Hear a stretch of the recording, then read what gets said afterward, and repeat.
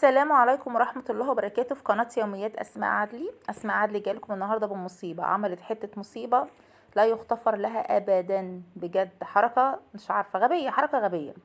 طبعا كنت حاطة هدوم مدارس في الغسالة عشان أغسلها وكده، وطبعا ابني المفروض رايح بكرة الصبح المدرسة وكان بالليل.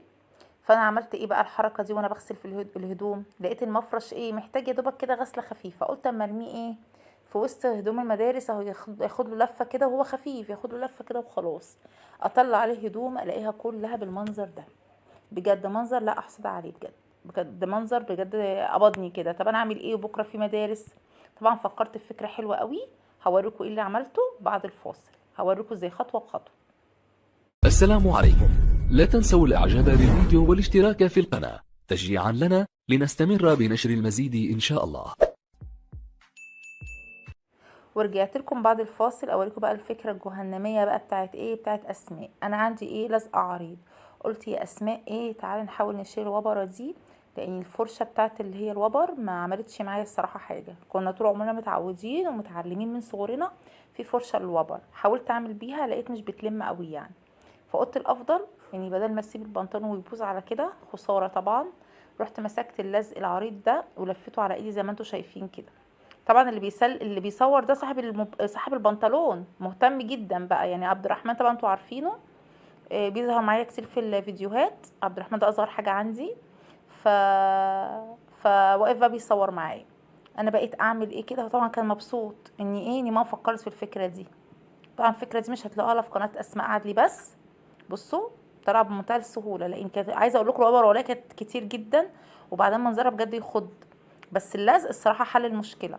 لو تجربي الطريقه دي في اي حاجه وبرت عندك لا حلوه وسهله وجميله جدا.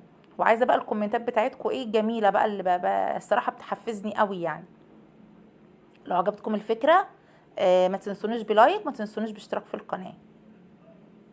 عملت بقى ايه، باين بقى الفرق ما بين ده وما بين ده، كان فرق بجد فظيع يعني. شايفين انتوا، حتى شايفين قدامكم اللي بيتعمل ازاي، يعني الوبر بيتشال بسهوله جدا. انت لو حتى تعمليه كده وتشيلي ايدك هيشيل زي ما انت شايفه كده، تحطي ايدك وتشيلي هيشيل. ولو تمشي ايدك على البنطلون وعلى التيشيرت اللي هو مثلا فيه الوبره ده هتلاقي الدنيا تمام.